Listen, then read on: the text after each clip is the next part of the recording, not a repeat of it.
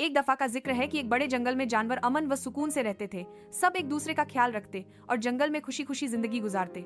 मगर एक दिन दूर दराज के इलाके से एक हाथी आया जो गुस्से में रहता था। वह बहुत शक्तिशाली था, लेकिन उसका गुस्सा उसे पागल बना चुका था। जब वह हाथी जंगल में दाखिल हुआ तो उसने पेड़ गिराना शुरू कर दिए, छोटे जानवरों को डराने लगा और पानी के जौहर को गंदा कर दिया जहाँ सब जानवर पीते थे।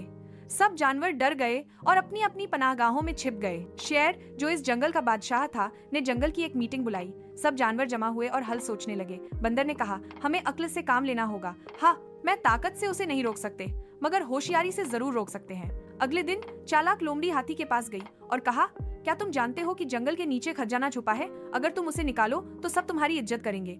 गए हाथी लालच में आ गया और जमीन खोदने लगा। वह इतना खोदता रहा कि एक दलदल में फंस गया।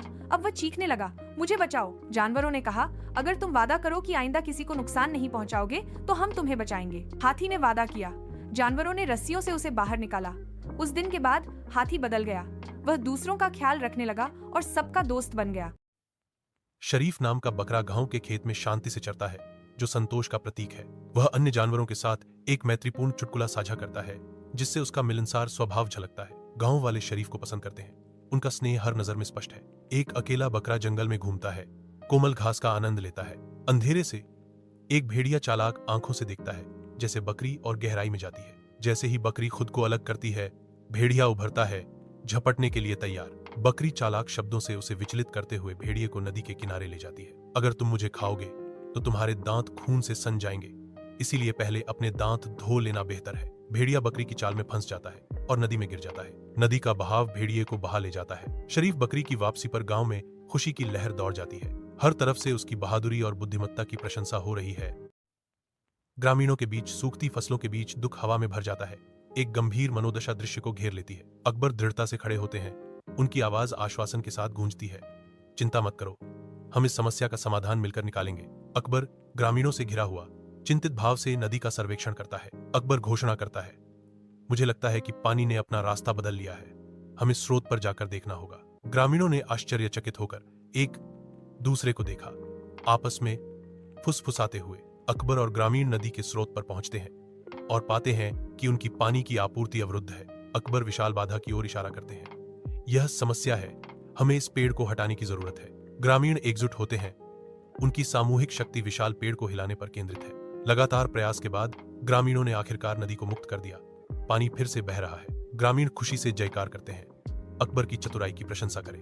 अकबर मुस्कुराते हैं, विनम्रता से जवाब देते हैं, हमने यह साथ किया। खेत फिर से हरे भरे हैं, जो नए जीवन और आशा का प्रमाण है। अकबर ग्रामीणों के बीच खड़े हैं। उनकी मुस्कान उस समृद्धि को दर्शाती है जिसे उन्होंने बहाल करने में मदद की।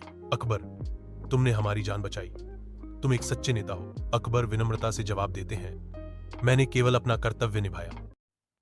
शांत झील के किनारे खरगोश घास चरते हैं, बत्तखें शांति से तैरती हैं और पक्षी सामंजस्य में गाते हैं, जो एक आदर्श शांति का दृश्य बनाते हैं। एक मगरमच्छ झील से निकलता है, अपने जबड़ों में एक खरगोश को पकड़ लेता है, जबकि अन्य जानवर डर से भाग जाते हैं। खरगोश डर से चिल्लाता है, क्योंकि मगरमच्छ घोषणा करता है, अब यह झील मेरी है। जंगल के दिल में कमल जानवरों को इकट्ठा करता है। उनके चेहरे आशा और आशंका का मिश्रण है। कमल की आवाज दृढ़ संकल्प के साथ गूंजती है, हमें इस क्रूर मगरमच्छ से छुटकारा पाना होगा। मैंने एक योजना बनाई है। मगरमच्छ किनारे पर चैन से सोता है, जाल बिछाए जाने से अनजान। जानवरों ने चुपचाप मगरमच्छ के चारों ओर कांटेदार झाड़ियां रख दी। वे मगरमच्छ के रास्ते में गड्ढे खोदते हैं, अपने जाल की तैयारी करते हैं। कमल उत्सुकता से देखता है, अब देखो क्या होता है। मगरमच्छ जागता है, पानी में लौटने के लिए तैयार। यह कांटों में उलझ जाता है और गड्ढे में फंस जाता है। बचाओ, मगरमच्छ चिल्लाता है, लेकिन कोई नहीं आता। आखिरकार यह भूख और प्यास से मर जाता है।